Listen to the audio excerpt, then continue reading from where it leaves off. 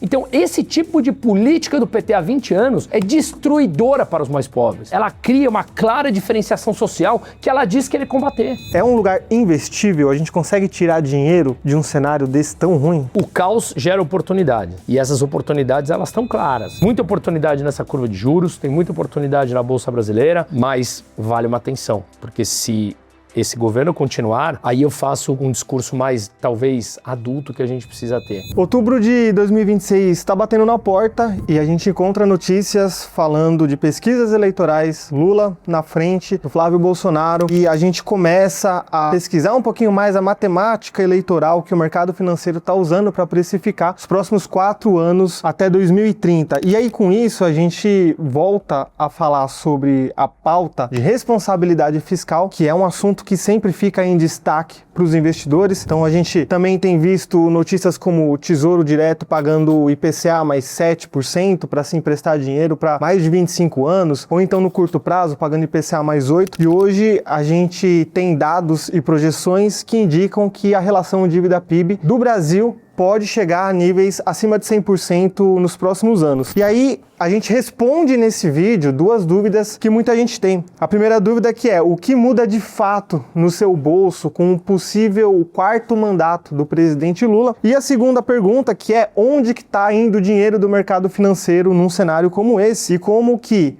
um consultor de investimentos e um analista de renda fixa montariam uma carteira com esse cenário em mente? A resposta para essa segunda pergunta é justamente o que vai separar quem vai ver o bonde passar e quem vai aproveitar para ganhar um pouquinho mais de dinheiro no mercado financeiro brasileiro, que é sempre desafiador. Então já aproveito para pedir o like nesse vídeo, se inscreve no canal também para a gente conseguir sempre entregar conteúdo desse tipo. E hoje eu tô com um convidado muito especial, muita gente conhece, é o Bruno Musa. Ele é simplesmente economista, ele também é comentarista na Jovem Pan e é um dos maiores e melhores consultores aqui que a gente tem no nosso país e cuida também de uma carteira, várias carteiras, né, carteiras milionárias de clientes, e aí ele tá vivendo o mercado financeiro na veia. Como é que você tá, Musa? Tô bem. Obrigado pelo convite. Ter você aqui. Toda minha, obrigado. E aí a gente começa aqui falando um pouquinho sobre esse panorama de um Lula 4, né? Então a gente tá num cenário hoje que a Selic está em 14%, ela por um certo ponto já chegou ali perto dos 15%, veio sendo cortada pelo Copom. E a dúvida que fica, acho que para o investidor é, tá fazendo sentido esse corte da Selic? Você entende que os investidores hoje estão conseguindo escanear o cenário e estão de acordo com esse movimento do Copom? Você acha que existe espaço para mais corte, ou você acha que existe, na verdade, um espaço para manutenção ou alta da Selic? Eu queria entender do ponto de vista de um cara que está 100% conversando com os clientes todos os dias, qual que é a visão dos clientes e do consultor. A primeira pergunta que você fez, assim, o que seria ou será de um Lula 4? A verdade é que em termos reais, é um empobrecimento para o país por completo. Porque, basicamente, o que nós vemos é uma ideia completamente atrasada, retrógrada, de forma de visão de mundo e de economia. Veja, há poucos dias, novamente, ele enfatizou aquilo que não é segredo para ninguém. Gasto é vida, podemos gastar o que for que não tem problema. Isso tudo é uma grande falácia e uma narrativa fácil de ser comprada por quem não entende do orçamento público. No momento em que ele fala que pode gastar o que quiser porque precisa distribuir aos mais pobres, isso significa essa dívida que você mencionou no começo, que está atingindo já, em termos reais aí, termos reais eu quero dizer, na metodologia do FMI, já estamos a 90% do PIB. Isso significa uma moeda sem valor, porque você tem um alto nível de endividamento. E uma moeda sem valor são preços mais altos. Preços mais altos, quem paga essa conta, acima de tudo, é o mais pobre. Aqueles que acham que estão sendo ajudados. Então eu sempre falo, o governo te dá 5 com auxílio, mas ele já tirou 10 de você via inflação e via impostos. E as pessoas não percebem que esses 10 foram tirados pela própria ação de um governo que acha que pode gastar o que quiser. Só que gastar o que quiser, eu costumo fazer, desculpa até a analogia meio banal, mas eu acho que é a mais fácil assim de entender.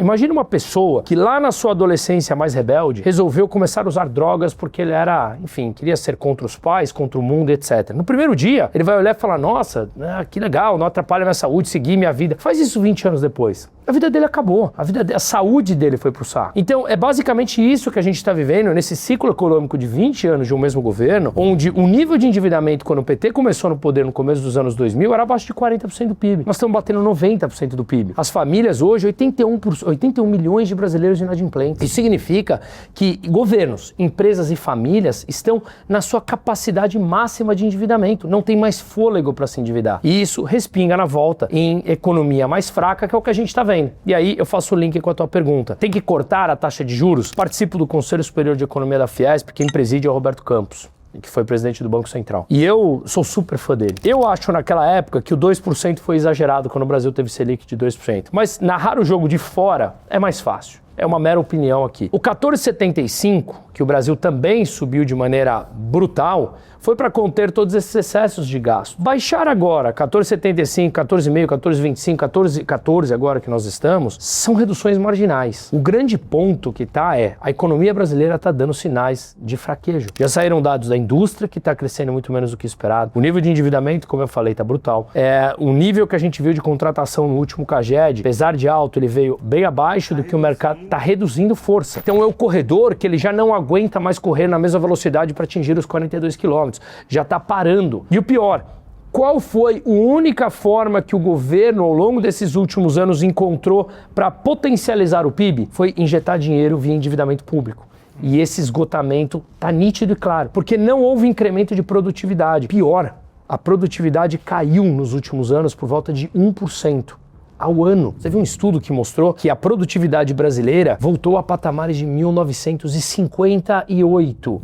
Cara, isso é loucura. É loucura por completo. Isso significa que o Brasil perdeu todo o boom que teve comparativo aos outros países. Então, se você não tem incremento de produtividade, que significa você conseguir produzir mais com os mesmos fatores, capital e mão de obra, qual é a fórmula que puxa o PIB para cima? Gastos públicos e gastos da família. O governo gasta, transfere dinheiro para as famílias gastam, isso puxa o PIB para cima. Mas isso tem um fôlego.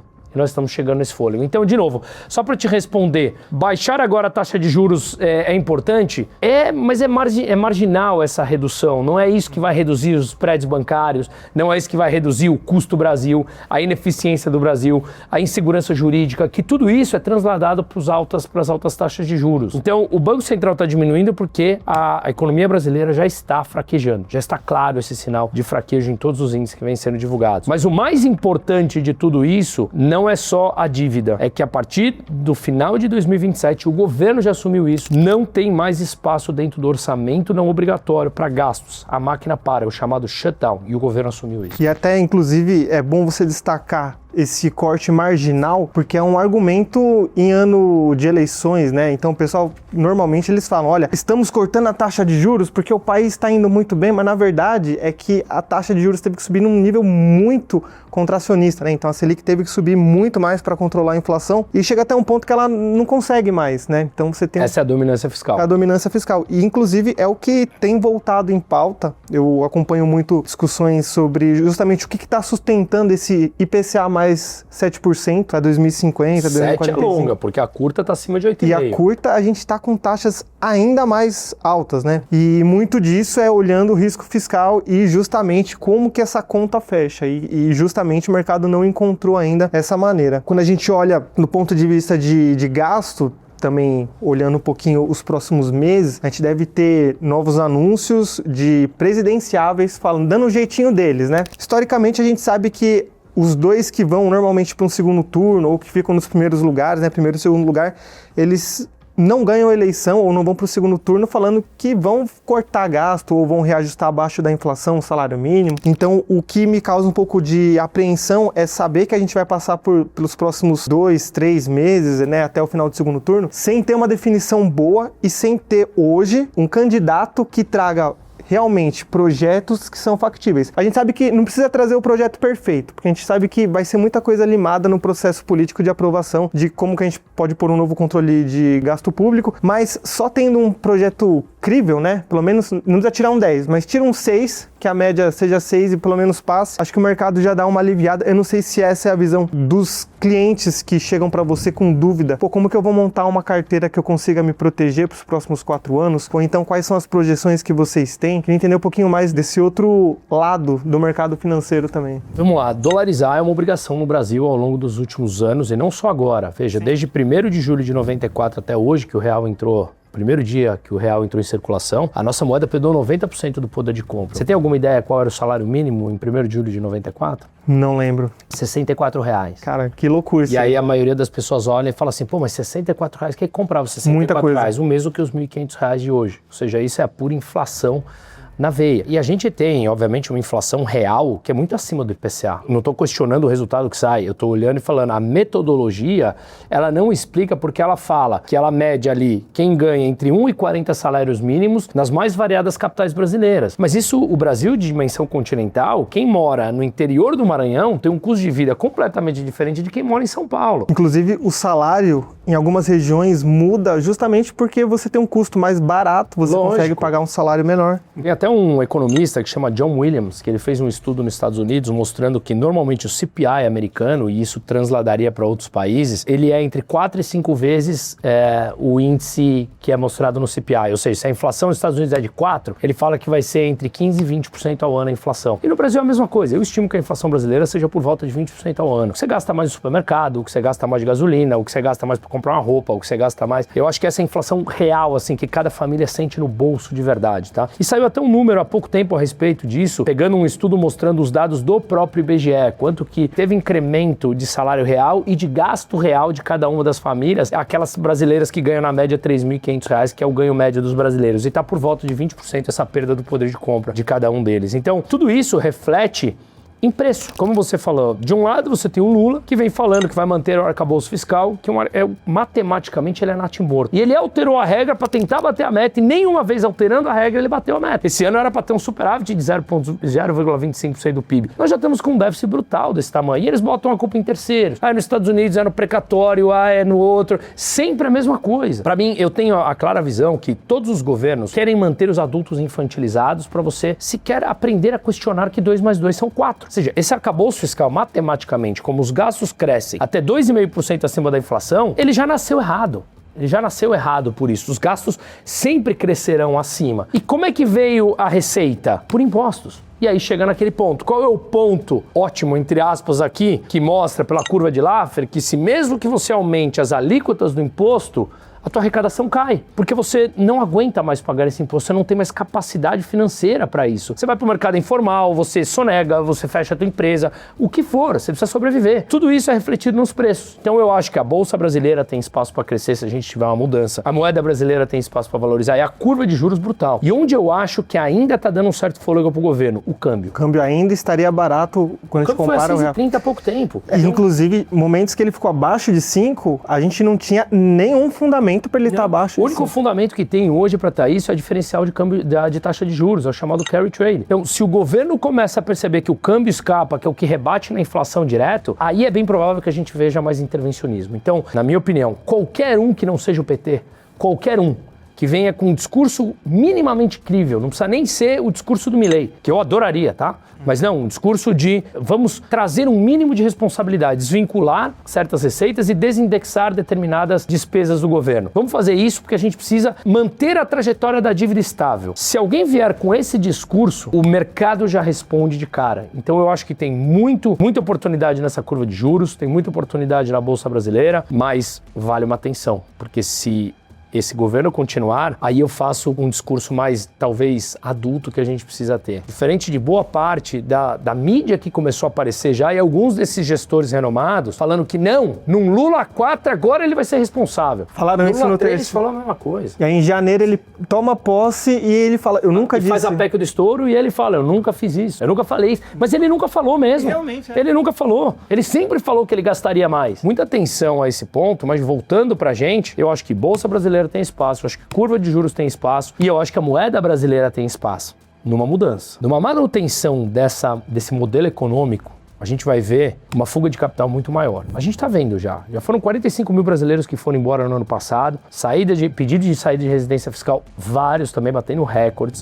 Eu não estou dizendo que vai acontecer, mas a gente já viu o judiciário anulando o legislativo, subindo imposto, que não cabe ao judiciário fazer isso de maneira ainda mais monocrática. Eu não duvido que eles sigam para subir IOF para tentar conter saída de capital. Você tem visto esse movimento dos investidores que estão investindo com você? Eles estão buscando, ao invés de expor internacionalmente a carteira através, seja de renda fixa que é negociada no Brasil, mas tem algum tipo de lastro lá fora, ou um BDR de ETF, enfim, está vendo eles falando, não, eu vou fazer a remessa para fora e quero ficar fora mesmo, porque mesmo que o ativo seja internacional aqui, mas ele seja negociado no Brasil, eu não quero. Eu quero realmente estar em dólar lá fora, estar na Europa. Tá tendo essa fuga? Bastante. Grande parte das pessoas, na verdade, da minha carteira de clientes é o que você falou, são clientes de patrimônios relevantes. Então, sim, grande parte ou já tem ou quer atacar isso de frente. Ou seja, não faz sentido eu manter numa BDR aqui, que eu tenho pouca liquidez e são poucas as ações, quando eu posso mandar para fora que eu tenho ETF de absolutamente tudo, inclusive aquele UCITS que está registrado na Europa, mas você consegue fugir daquele imposto eventual de 40% se você vier a falecer. Então você tem N possibilidades no exterior, através de um clique hoje, e a gente atua com capital lá fora. Aqui dentro da Portfel a gente atua, a gente atende o cliente lá fora também, nas suas mais variadas possibilidades. Então sim, essa é uma realidade. Eu tenho alguns clientes já tiraram residência no Paraguai, eu tenho nacionalidade espanhola, eu morei muitos anos na Europa, minha mãe é espanhola, então eu tenho minha vida ativa lá também, mas lá é muito alto. Eu tô tirando a minha, por exemplo, aqui do lado. No Paraguai.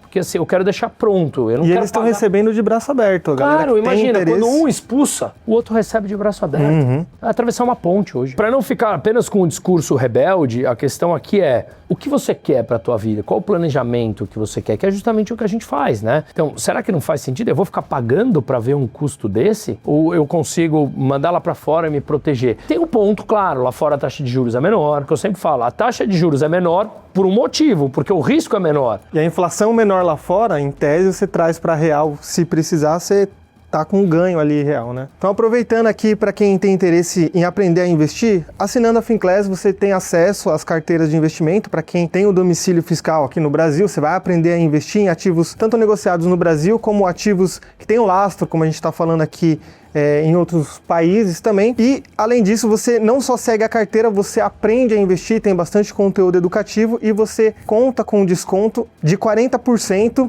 e você conta também com o ingresso do FinDay, que é o maior evento de finanças que vai rolar agora no mês de setembro, aqui em São Paulo. Então vamos lá, Musa, passando um pouquinho agora para cenário político, quando a gente compara, né, o Lula 1, lá em 2002, 2003, finalzinho do Lula 3 e um possível Lula 4, a gente sabe que o Brasil, a política, ela está sendo feita de uma maneira diferente. Então o Brasil ele ficou muito mais político do que era antes, ou pelo menos agora eles não ligam de esconder tanto, né? A gente vê meio que na cara de todo mundo, todos os eleitores aqui, a gente vê notícias bizarras da política, mas no cenário internacional acho que a economia também ela se desenvolveu muito. E a sensação que eu tenho é que o Lula, às vezes, ele pensa que está tratando economicamente com os anos 2000, e a gente não está mais nos anos 2000, a gente tem muito mais players, né, internacionais se comunicando e fazendo negociações. Eu vejo ele defendendo muito, vamos ficar segregado aqui, América do Sul, moeda própria, uma aproximação só com a China, a gente não quer tanto Estados Unidos, e aí até surpreendendo um pouco do mercado, enquanto acho que quase 100% do mercado esperava que Estados Unidos fossem ser mais pró-mercado. A gente teve notícia de tarifaço, de também eles querendo ficar um pouco mais no canto deles. Eu queria que você só desse esse parecer assim de como que era começo dos anos 2000, como que tá sendo agora, finalzinho de 26, e acho que os principais desafios do ponto de vista econômico global que o Lula teria em um possível quarto mandato. Essa é uma baita pergunta, a gente podia ficar 2 horas aqui discutindo, que vamos lá, mas rapidamente, tem até algumas matérias muito interessantes comparando o crescimento do Lula 1 versus os pares dos emergentes, tá? Naquele momento, eu vou terminar a resposta falando disso, que você pediu um pouco num cenário macro mundial, eu sou cético com relação à China e eu não sou cético com relação aos Estados Unidos, conforme a maioria tá. Eu tenho um negócio que eu chamo de teoria contrária. Eu estava antes de entrar aqui, até repostei na minha conta no X, um grande gestor americano falando o seguinte: se você vai a um médico e os 10 te dão o mesmo diagnóstico, você tem que tomar determinado remédio, fazer cirurgia, os 10 falam a mesma coisa, faça. Se você tem 10 engenheiros falando para construir aquela ponte, tem que fazer assim, assim, assado, faça, que a ponte vai cair. Se 10 advisors falam para você comprar a mesma coisa, não compre. Fuja. Eu sou da teoria contrária. O que a grande mídia fala, e eu, como você falou no começo, que eu sou comentarista da Jovem Pan, eu entendi como funciona a grande parte da mídia por dentro. Da mídia, eu tô falando econômica agora aqui, tá? Da parte econômica. São pouquíssimos que vivenciam o mercado. Então toma cuidado com o que você lê. Porque são pouquíssimos. Opinião é de graça e todo mundo tem, é igual jogo de futebol, é igual a Copa do Mundo, né? A gente vê, todo mundo quer ser técnico, mas ninguém treinou uma seleção. Não, são pouquíssimos que já vivenciaram a realidade do mercado financeiro e etc. Uma coisa é você entender de ler notícia, outra coisa é você vivenciar aquilo. Então, cuidado com isso. Acho interessante. Mas por que eu tô falando isso? Porque no começo dos anos 2000, a China tinha um país para construir, um país paupérrimo, tinha tudo para construir. Portos, aeroportos, rodovias, absolutamente tudo. Era um país rural ainda, que não tinha nada. E ele tinha que demandar tudo para comprar. Minério de ferro, mão de obra, petróleo, tudo que precisa para construir. Ferro, aço, etc. E o Brasil é um exportador de commodity. E ainda os preços das commodities estavam lá em cima. E isso não tem nada a ver com o Brasil, porque as commodities são cotadas em dólar. Então não tem nada a ver que o petróleo estava lá em cima naquela época com alguma coisa boa do Brasil. Então o que a China comprava, o Brasil exportava a preços de ouro. 25 anos depois, a China construiu um país. E a gente está vendo a grande dificuldade da China transformar isso tudo que ela construiu em consumo interno. Hoje eles são uma grande potência exportadora que exporta acima do que o mundo consegue absorver. Então você vê pátios de carros chineses lotados lá fora, aqui no Brasil. Eles exportam muito mais, se transformaram numa potência exportadora, só que eles não conseguem consumir internamente. Tanto é que grande parte das agências duvida do crescimento dos 5% que a China diz ter e estima isso algo entre 2% e 2,5%, o que é incapaz de manter a China crescendo nos moldes que ela precisa para a população que ela tem. E aqui entra o segundo problema. Segundo o próprio FMI, que são contas básicas de serem feitas, em 2100 a população da China terá reduzido pela metade, porque a demografia hoje já é 1 filho por mulher. E você precisa de 2,1 filhos por mulher para manter a taxa de reposição, né? Por questões óbvias, 2,1. E 60% da poupança dos chineses são imóveis. E a gente está vendo o problema dos imóveis agora. A queda dos últimos 5 anos, o preço dos imóveis na China anulou a alta dos últimos 20 anos. Então, grande parte dos chineses viu a sua poupança virar pó e os pais precisam ser sustentados pelos filhos que estão mais velhos. Lá não tem programa de assistência social forte que ocupa todo mundo e a poupança de quem precisa sustentar os pais mais velhos ferrou. Ao passo que dos Estados Unidos, como você falou, eu sou contra intervencionismo. Eu venho da mesma linha da escola, estudei com o mesmo professor que o Milei, por acaso, na Espanha, que é o Jesus Huerta de Soto. Filosoficamente, eu sou contra esse tipo de intervenção. Mas eu entendo o que o Trump está fazendo. O Trump está fazendo uma reorganização das cadeias globais. Para e pensa, ele precisa, para dominar a luta pela inteligência artificial, que está entre Estados Unidos e China. A Europa não produz nada, é um emaranhado burocrático. O Brasil é um pobre coitado, que teria tudo para fazer, mas... Matriz energética absurda, mas a gente não sabe usar. É isso. Eu sempre falo que o Brasil é o filho mimado. Sabe o filho que você dá tudo pra ele? Então, temos potencial pra ter. Temos. E a gente deixa o potencial todo embora por conta disso. É muito o país do futuro, né? Porque o amanhã nunca chega. É o país do amanhã. Então essa briga, inteligência artificial, Estados Unidos e China. E quem detém a energia, porque ela demanda muita energia, sai na frente com a inteligência artificial. Só que além disso, os Estados Unidos ele tem saída para os 2 mares. Os 2 países, ao norte o Canadá e ao sul o México, dependem das exportações dos Estados Unidos, em sua ampla maioria, 80% da exportação de cada um desses países da importação de cada um desses países vem para os Estados Unidos, a exportação vai para os Estados Unidos. De novo, sai para os 2 mares, tem a maior quantidade de rios, de quilômetros de rios navegáveis do mundo. A China tem 17 fronteiras, grande parte delas com determinadas brigas. Precisa que o petróleo que chegue lá passe por estreitos, como o Estreito de Hormuz. Então, o que os Estados Unidos está fazendo nessa reorganização entre dominar a Venezuela, tirar os chineses do Canal do Panamá, atacar a Groenlândia verbalmente ali para controlar a Rota do Norte, dá a ele uma hegemonia na logística do petróleo gigante. Ele é o maior produtor de hélio que precisa para resfriar os data centers.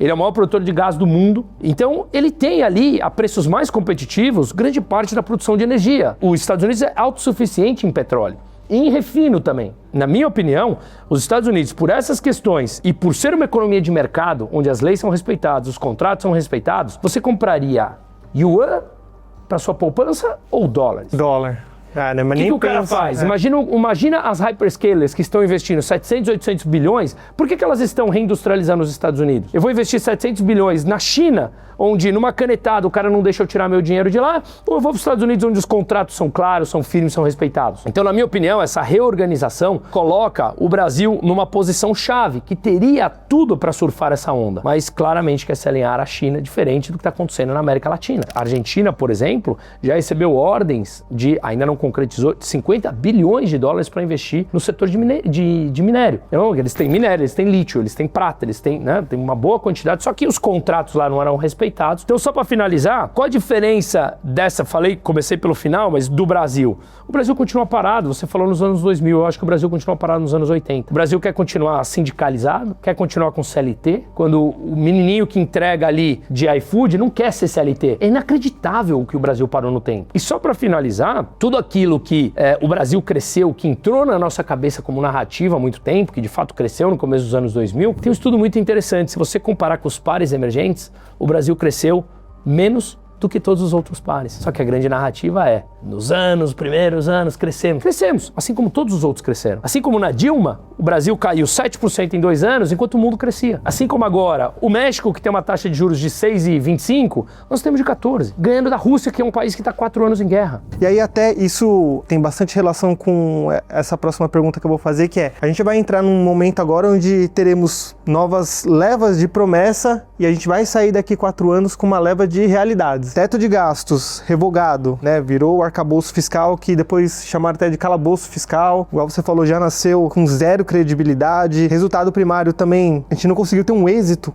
nisso, e aí o pessoal acaba levantando novas perguntas. Será que a gente vai ter uma nova onda de estatização de grandes empresas? Por exemplo, a Petrobras, ela tem um capital misto, né? Mas ela tem um papel muito importante do ponto de vista de produção de petróleo, produção de gasolina. Você tem que extrair, você tem que exportar, depois você importa refinado. Você acha que tem esse risco de, num eventual 4º mandato do Lula, a gente voltar a ver manchetes de, olha, a gente vai fechar o capital da Petrobras, ou a gente vai tentar estatizar a Vale, ou alguma empresa onde você consiga ter um pouquinho mais de controle, ou de preço, ou de commodities? Fechar capital, acho que não, porque eles não têm dinheiro para isso. Mas eu acho que interferências brutais. A gente está vendo na Vale. Ele tentou emplacar o Guido Mantega 2 ou 3 vezes na presidência e não conseguiu. Isso é, por si só, uma notícia extremamente de mau gosto, né? Chega a beirar o ridículo. Ele que fez os pilares dos fundamentos macroeconômicos com a Dilma. A gente viu a maior crise que o Brasil viveu nos últimos anos. Ele tentou, via Previ, que é o fundo de pensão do Banco do Brasil, aumentar sua posição na Vale para tentar emplacar mais conselheiro e emplacou mais um conselheiro lá dentro da Vale. Então, dessas formas indiretas, eles conseguem fazer isso. Veja, por que o Brasil não consegue refinar todo o seu petróleo? Nós tivemos a Abreu e Lima e a Comperge. Abreu e Lima, ela era orçada em 2 bilhões de dólares iniciais. Foram gastos mais de 20 bilhões e ela não ficou pronta. A compra de Pasadena, no governo da Dilma, da refinaria lá no México. Quantos bilhões de corrupção foram desviados ao longo desse processo? Então, nós vimos dinheiro sendo drenado e as refinarias não foram construídas, foram usados o dinheiro para desvio e para financiamento, muitas vezes, de portos em Cuba, na Venezuela. Ou seja, fazer com que a ideia deles reverberasse para manter uma manutenção de um projeto numa América Latina. E agora esses governos caíram. E o Brasil continua dependendo do refino, porque externo. Então, nós somos dependentes disso, por obra e corrupção do Brasil, por escolhas políticas. Então, a minha resposta, como você fala, quando você me perguntou, eles vão fechar o capital? De novo, acho que não, porque eles não têm capital para comprar. Mas as interferências são claras e brutas, assim. Você lembra, por exemplo, da briga que deu? João Fukunaga foi presidente da Previ. Ele era responsável pela gestão de quase 300 bilhões de reais de aposentados, velhinhos e pensionistas do Banco do Brasil.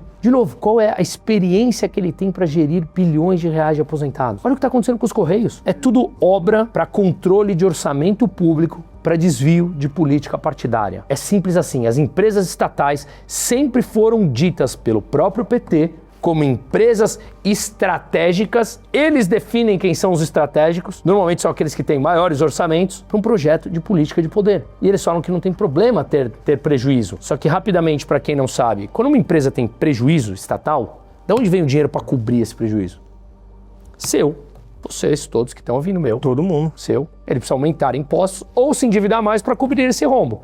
Quando ele faz isso, moeda perde valor. Chega nesse nível de endividamento que nós estamos vivendo. E o mercado percebe, ele não deixa esperar acontecer. Ele faz preço. Ele antecipa, é isso. E a gente chega a IPCA mais 8,5, com tudo isso que a gente está falando. O Brasil agora 2026 para 2027, não olhando para fora, olhando só para dentro da nossa casinha aqui, é um lugar investível? A gente consegue tirar dinheiro de um cenário desse tão ruim? Eu acho que sim, eu acho que também não dá para ser...